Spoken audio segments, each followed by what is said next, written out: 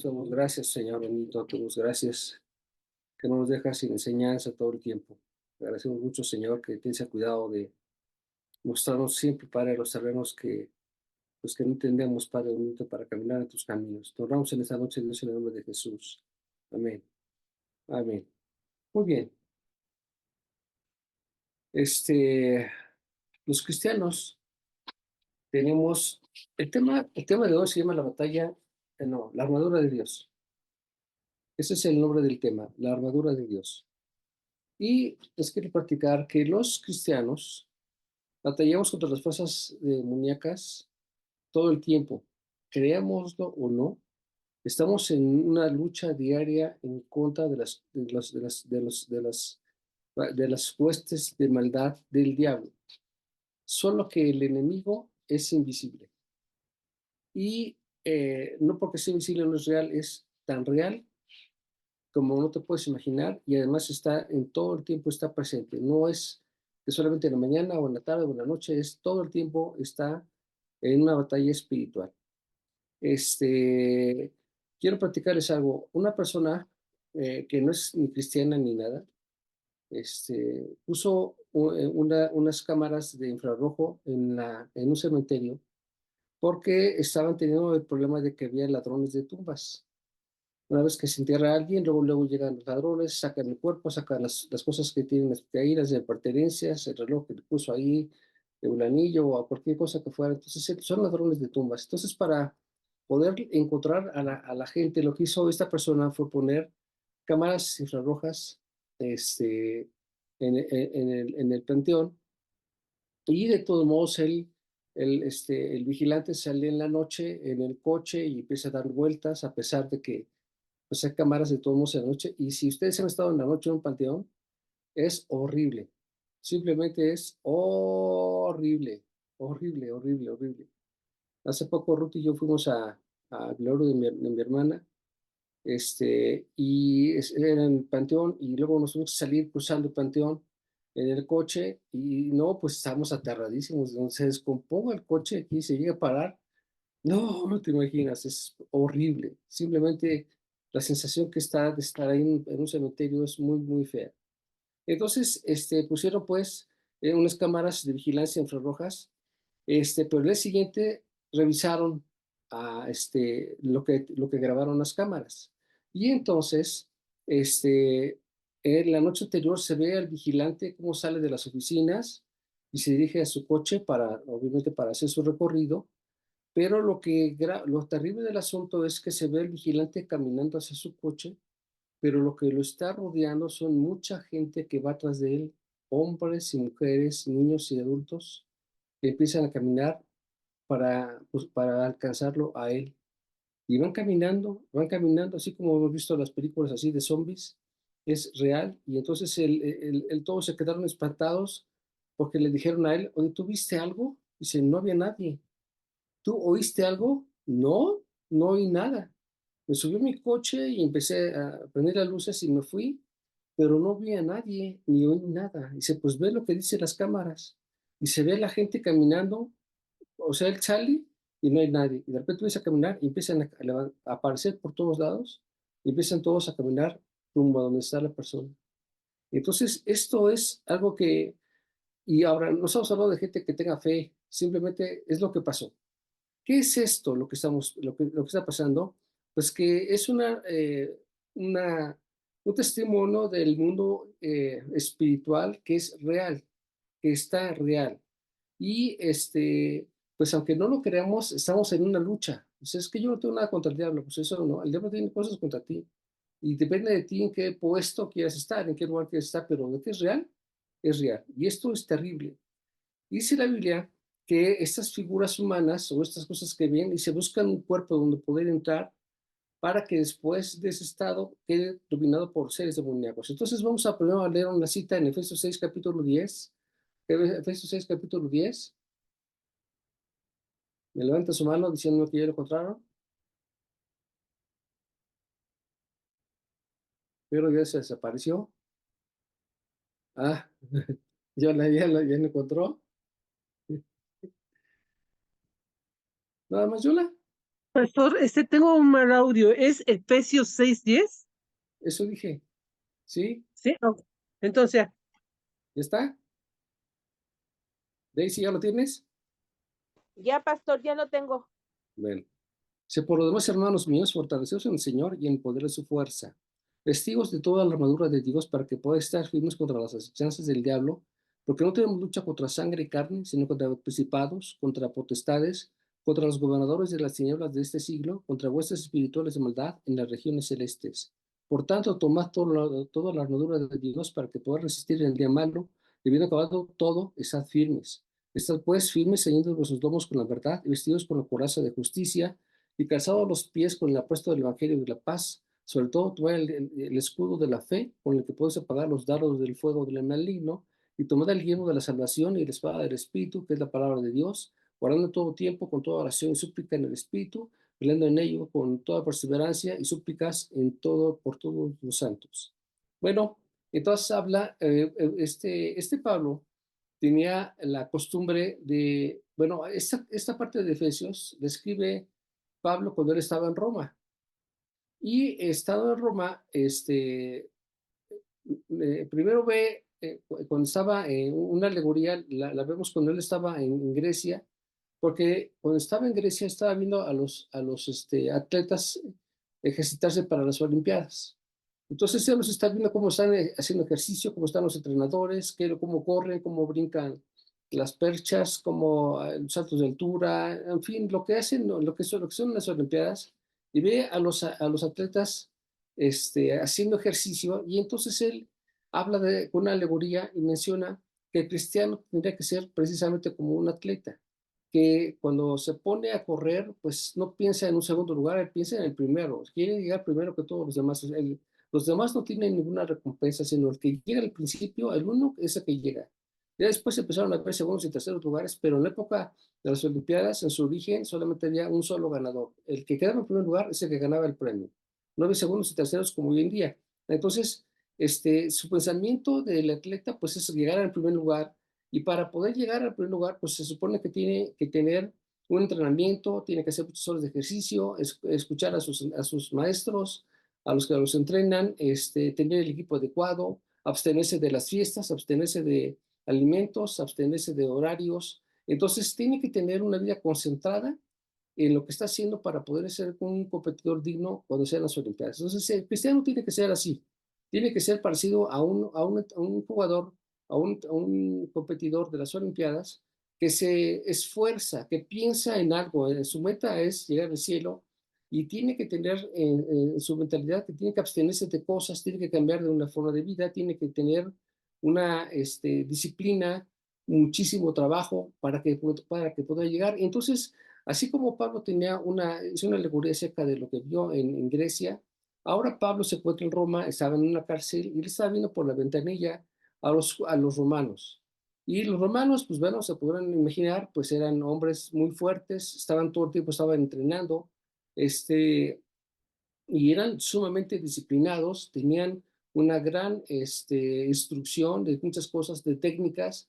Eran gente muy preparada físicamente, pero obviamente también mentalmente. Ellos tenían que tener cosas muy especiales. Y entonces Pablo se queda con esta idea de lo que es, y dice, ¿cómo es entonces la vida del creyente? Pero antes de eso, quiero platicar después, antes de tocar esta parte que es la medular, quiero comentarles que las cosas del diablo pues son reales, no nos guste o no nos guste o no nos guste. Y lo que vino Jesucristo, dice que vino a liberar al cautivo, a sanar a los enfermos, a los que estaban atados por el diablo, y a derrotar al enemigo. Pero esto la Biblia nos habla de que esto, aunque lo vemos a veces como que no meditamos mucho en esto. Entonces voy a pedirles que vean Mateo capítulo 12, 22, Mateo 12, 22, para que podamos tratar de entrar un poquito al tema, y vamos a ver qué dice la Biblia en Mateo 12, 22. Dice, entonces fue traído a él un endemoniado ciego y mudo, y le sanó de tal manera que el ciego y el mudo hablaba. Y toda la gente estaba atónita y decía, ¿será este el hijo de David? Cuando los fariseos al oírlo decían, no echa fuera los demonios, sino por Belzebú, príncipe de los demonios. Sabiendo Jesús los pensamientos de ellos, les dijo: todo reino dividido contra sí mismo es asolado, y toda la ciudad o casa dividida contra sí mismo no permanecerá. Y si Satanás echa fuera a Satanás, contra sí mismo está dividido. ¿Cómo pues permanecerá su reino? Si yo echo fuera los demonios por Beelzebú, ¿por quién nos echan vuestros hijos? Por tanto, ellos serán vuestros jueces. Pero si yo por el Espíritu de Dios echo fuera los demonios, ciertamente ha llegado a vosotros el reino de Dios. Porque ¿cómo puede alguno entrar en la casa de un hombre fuerte y saquear sus bienes si antes no le ata? Entonces podrá saquear su casa. El que no es conmigo contra mí es, el que conmigo no recoge desparrama. Entonces Jesús menciona que había, por supuesto, en la época de Jesús, muchísima gente que estaba endemoniada. Y tenemos hoy en día a gente que está alrededor nuestro que está endemoniado. El punto está que la gente no cree que está endemoniado o no se ha enterado de que está endemoniado. Pero es así, o sea, los efectos se notan y ahorita vamos a explicar por qué, pero de que es una realidad, sí lo es. Dice el Señor que Él vino Él sacó a los demonios de la gente que estaba atacando a la gente, al que estaba ciego y mudo, era un demonio el que lo tenía así. Y entonces dice que reprendió al ciego y mudo y entonces la persona recuperó su sanidad, pero no solamente, ese es un ejemplo de las muchas personas a las que Jesucristo sanó y a todos los que sanó, Dios vio que era gente que estaban poseídas por el diablo, o sea, estaban atacados por el diablo. La enfermedad es un producto del pecado y por lo tanto el diablo toma ventaja sobre eso y entonces hace su morada ahí y hacen cosas terribles. Entonces, dice que Dios decía a los demonios y los reprendía y salía el demonio y la persona recuperaba su sanidad. Entonces, estaban ellos muy molestos porque ellos decían que por el poder del diablo sacaba a los demonios. Y dice, pues eso no es posible porque entonces está dividido contra sí mismo y eso no es así. Pero esto es real y dice que para poder sacar al demonio de una persona, dice que alguno, el versículo 29, dice, porque ¿cómo puede alguno entrar en la casa del hombre fuerte y sacar sus bienes si antes no le ata? Entonces dice que para poder sacar a alguien, al demonio, tiene que atar al demonio para poder saquear entonces la casa. Tiene que atarlo y la persona no puede atarlo porque no tiene cómo, pero el Señor sí sabe cómo y nos enseñó cómo se tiene que atar al demonio para poder entonces liberar a la persona y quitarlo de sus bienes, que la gente recupere su sanidad por el poder del Espíritu Santo y por el poder de la palabra de Dios. Entonces, ¿quiénes son los que más corren peligro de que sean endemoniados? ¿Quiénes son los que tienen más peligro de hacer esto? Pues bueno, las personas que han recibido a Cristo son las personas que corren más peligro. Dices, ¿pero cómo? Sí, las personas que reciben a Cristo son los que más corren peligro, pero se refiere a las personas que dijeron que aceptan a Jesucristo, pero su compromiso ha sido débil. O sea, dicen que aceptan a Jesucristo, pero es débil. Están con un pie en Dios y con un pie en el mundial. Siguen todavía haciendo cosas incorrectas. Aplica a los que han pedido perdón, pero que al ratito otra vez lo vuelven a cometer. Piden perdón por el pecado, pero no hubo un arrepentimiento genuino, entonces vuelven otra vez a pecar. Vuelven a pecar vez tras vez, tras vez, tras vez. Y entonces a esta clase de gente que se dicen cristianos o que son cristianos, pero que no se han comprometido ni han recibido una convicción de lo que quieren hacer, entonces son fácil presa del diablo, y son el lugar especial donde el diablo se mete en la vida de la gente, hace su morada y termina haciendo que la persona quede peor de como estaba en un principio. ¿Por qué es esto? Porque se quiere mofar de lo que Dios está haciendo en una persona. Y esto es peligroso porque el cristiano que decide seguir a Jesucristo tiene que definirse hacia quién quiere seguir. Y tiene que hacer las cosas como Dios ordena, no como la gente piensa. O como alguien le dijo que tiene que hacer, como su abuelita o como algún amigo. No, tiene que ser como Dios dice. Y tiene que captar las indicaciones que dice en la palabra.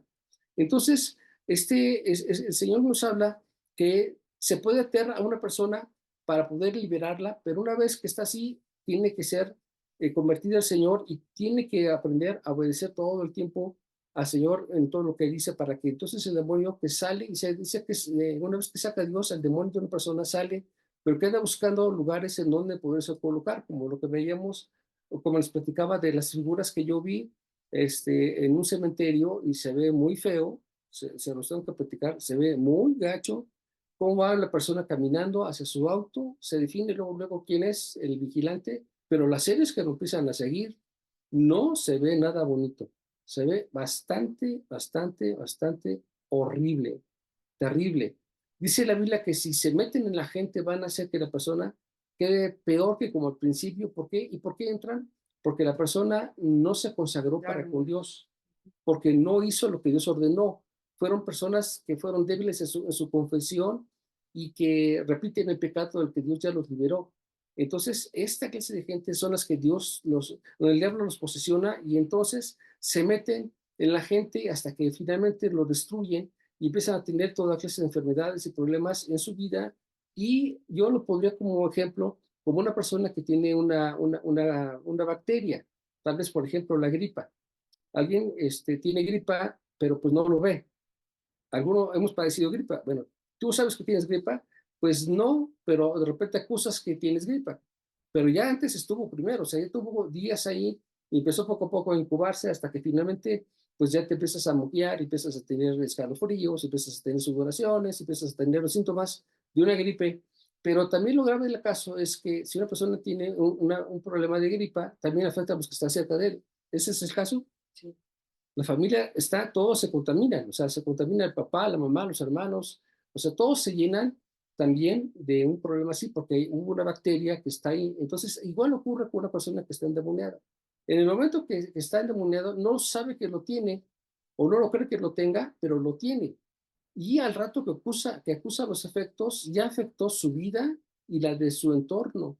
Y esto es lo grave.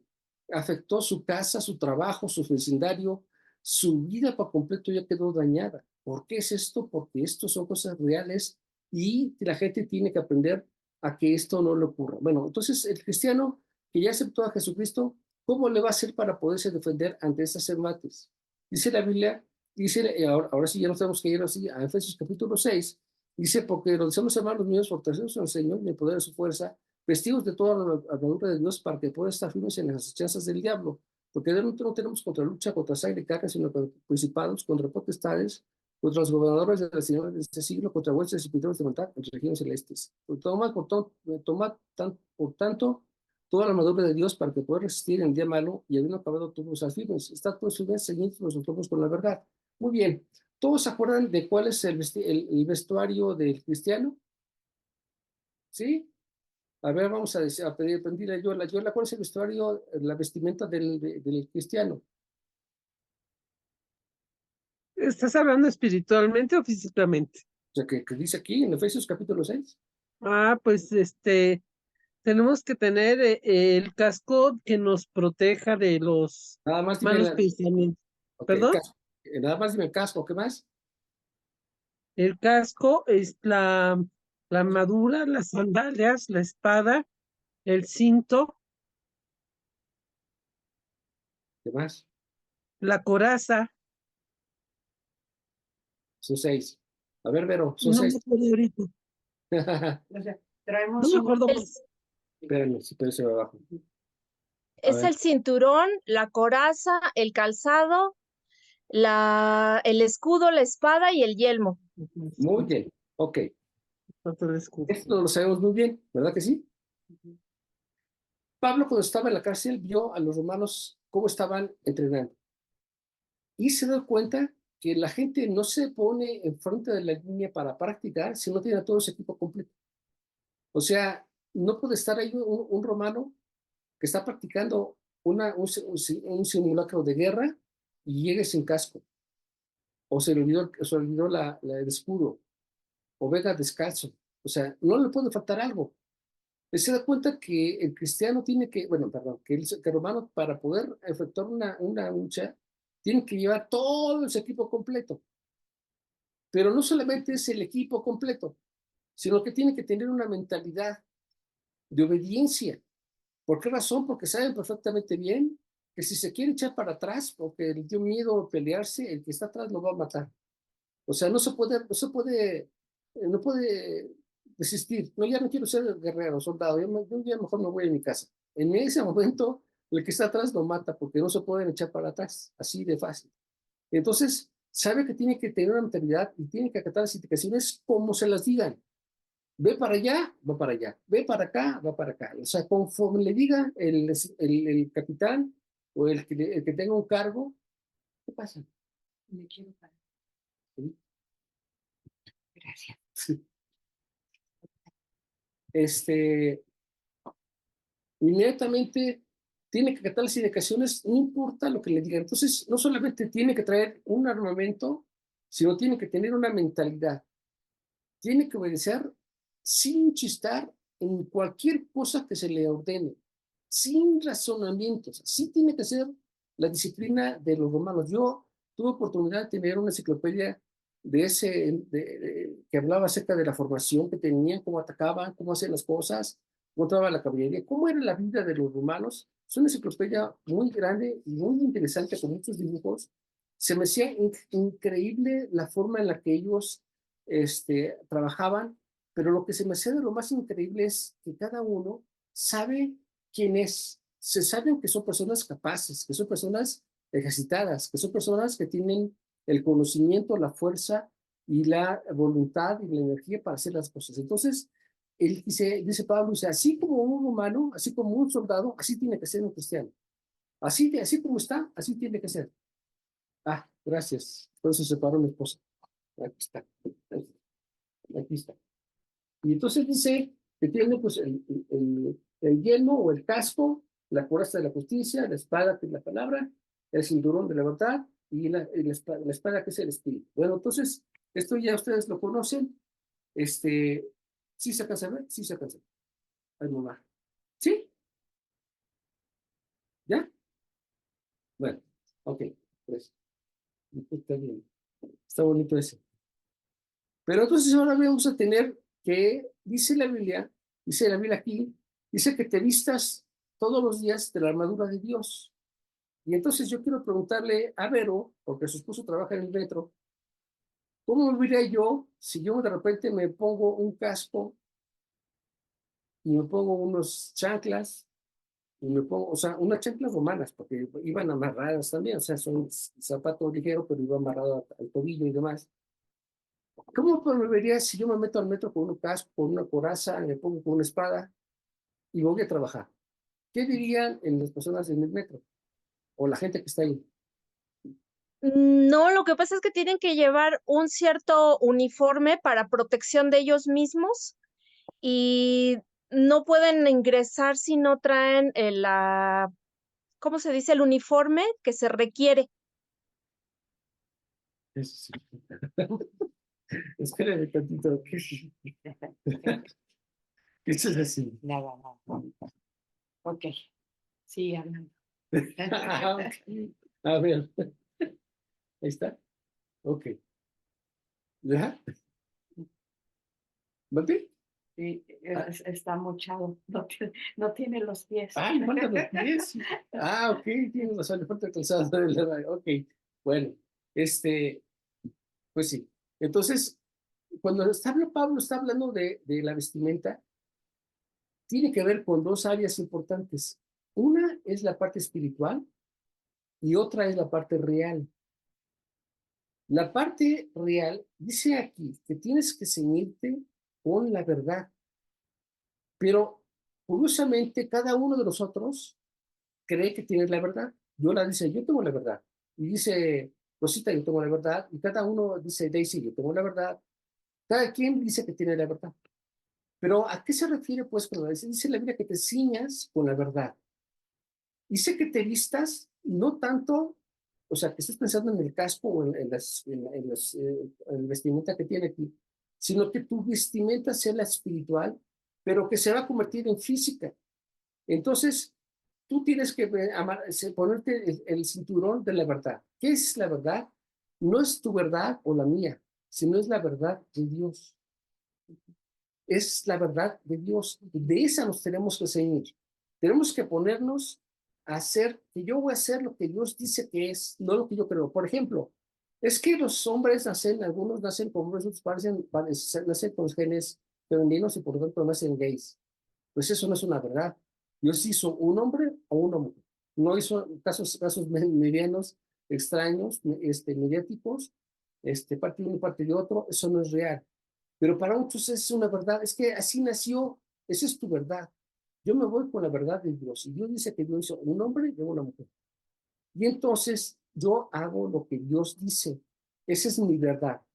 Y entonces dice que yo tengo que vestirme con lo que Dios enseña. Esa es la verdad. Y luego dice que tengo que ponerme la coraza. ¿Qué es en sí la coraza? ¿Cómo voy a ver en el metro con una coraza?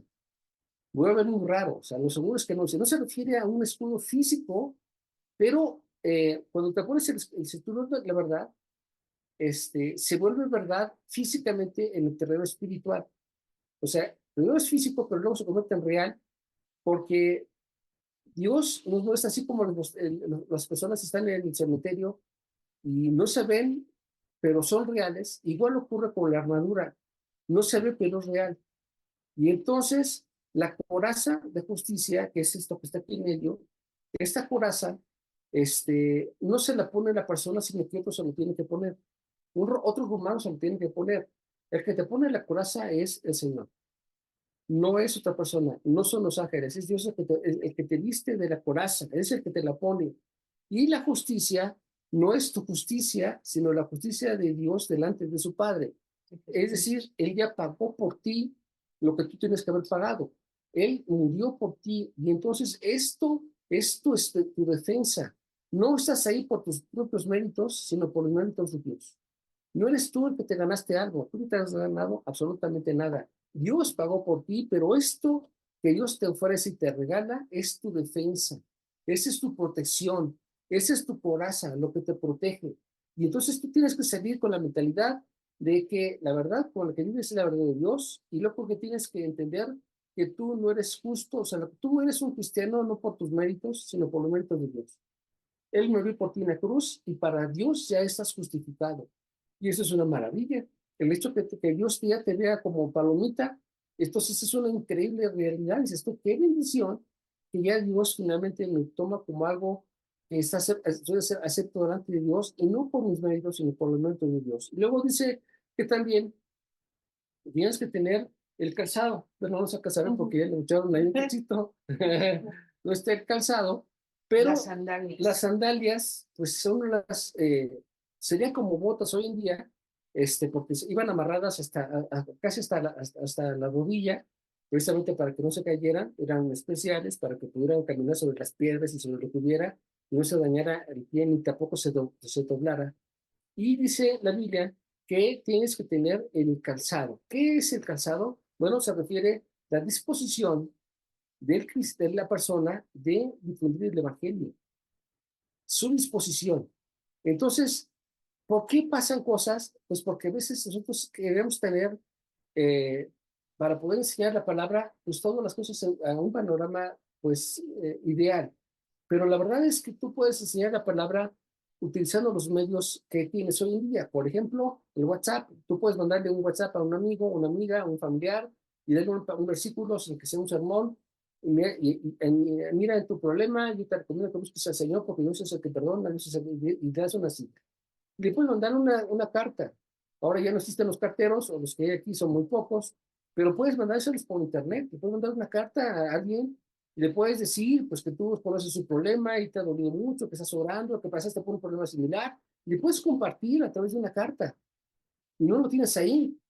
Y puedes hacer muchas cosas con tu teléfono, incluso con teléfono. A ver, te voy a hablar a ti, Teresita, y te voy a platicar que, bueno, yo entiendo tu problema, sé que has tenido problemas con tus hijos, que has tenido problemas con tu esposo, pero mira, esto fue lo que yo viví, Dios pasó en mi vida, cómo me sanó, cómo me recuperó, cómo hizo algo en mi vida. Así que descansita, ¿no? Que se vea. Que se vea, ok, está bien. Entonces, que se vea. Entonces, pues esta parte de la disposición es la disposición del creyente de compartir el evangelio. Y tú tienes que pensar todos los días, ¿cómo lo puedo hacer para que mi mamá, mi hermano, mi tío, mi vecino conozca de la palabra? Hay muchos medios, no tiene que ser necesariamente que vayas y le compartas, pero puedes hacer algo a distancia. Cuando hablo de calzado, no es de que vayan, sino que tengan disposición. O sea, es el deseo de hacer la voluntad de Dios. Esto es una forma de la vestimenta del cristiano. Entonces tenemos tres cosas que tiene la verdad de Dios, sabe que es una persona justificada por parte de Dios, que tiene disposición para difundir el evangelio de Dios. Y luego viene otra parte que dice que es la fe. Habla acerca del escudo. aquí un escudo más chiquito, pero en realidad el escudo romano cubría de la cabeza a los pies, era un escudo bien grandote, semicircular, que también Cuadrado. servía.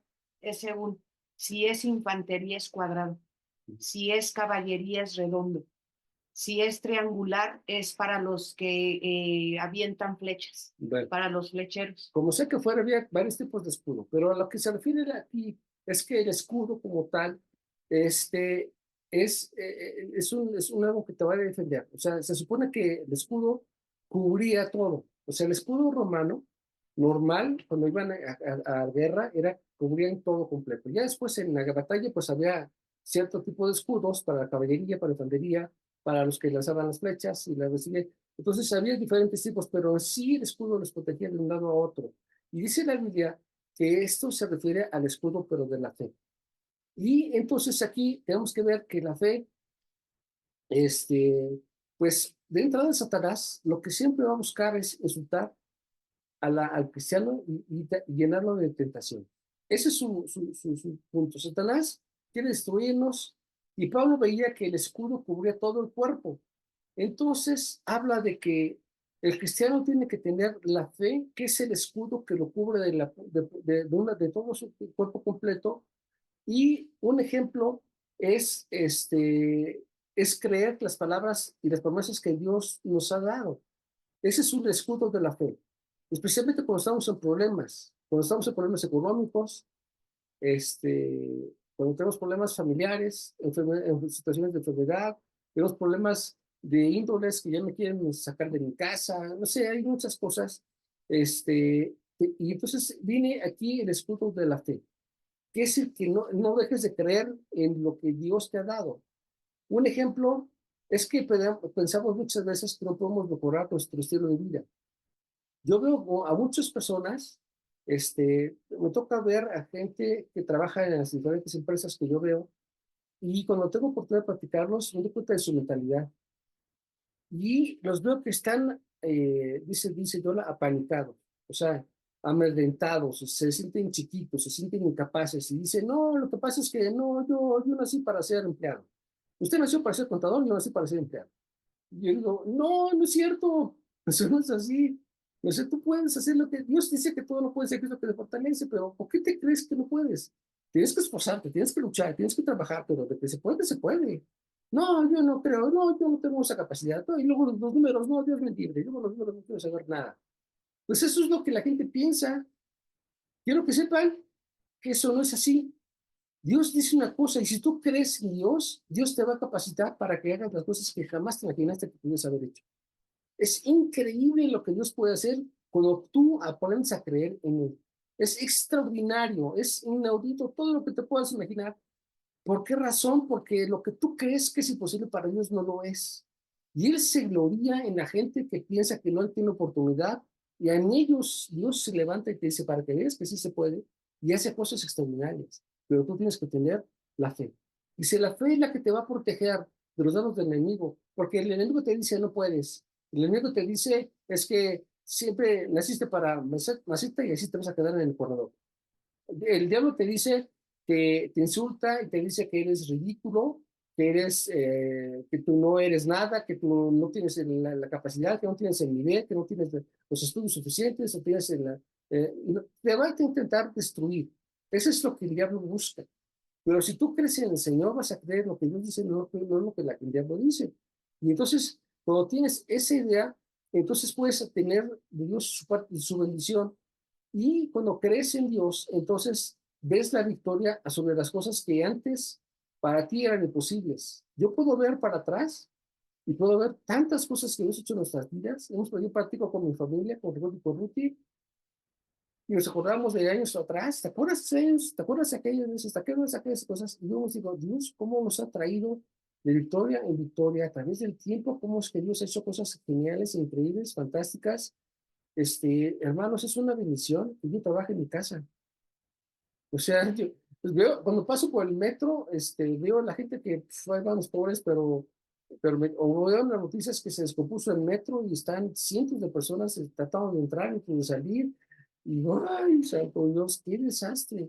Y digo, ¿saben que yo tengo una enorme bendición? Estoy en la casa con mi familia.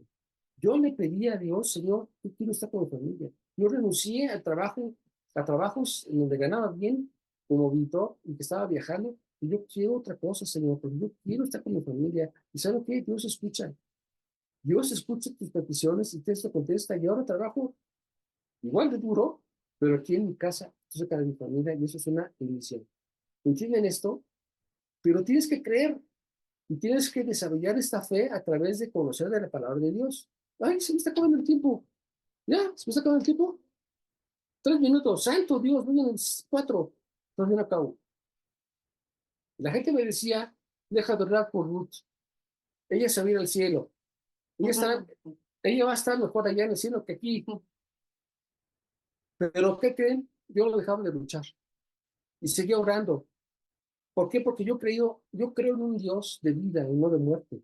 Porque siempre he creído que Dios es un Dios que escucha las oraciones. Y no dejé de orar por mi esposa y aquí está. Todo el mundo me dijo, los doctores no querían operarla porque decían es que se va a morir, está bien mal, está muy débil en muchas cosas. Y saben que yo creí que Dios podía hacer las cosas.